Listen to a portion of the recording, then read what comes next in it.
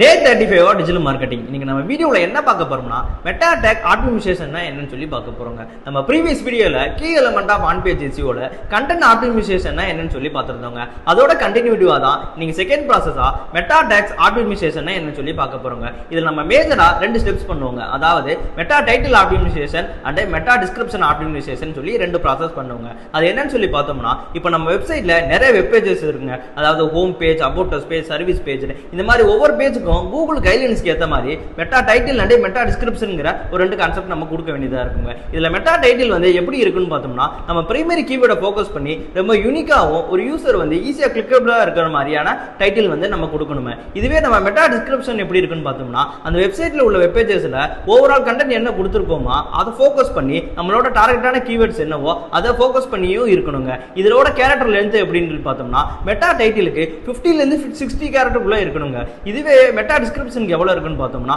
150 ல இருந்து 160 இருக்கிறது கூகுள் ரெக்கமெண்டடுங்க. இது எல்லாமே தான் நம்ம மெட்டா டேக்ஸ் ஆப்டிமைசேஷன் ப்ராசஸ்ல கம்ப்ளீட்டா பார்ப்போங்க. இந்த மாதிரியான யூஸ்ஃபுல்லான டிஜிட்டல் மார்க்கெட் ரிலேட்டட் வீடியோஸ் நீங்க ரெகுலரா பார்க்கணும்னா இன்வேக்ஸ் ஸ்கூல் ஆட்டக்க ஃபாலோ பண்ணுங்க.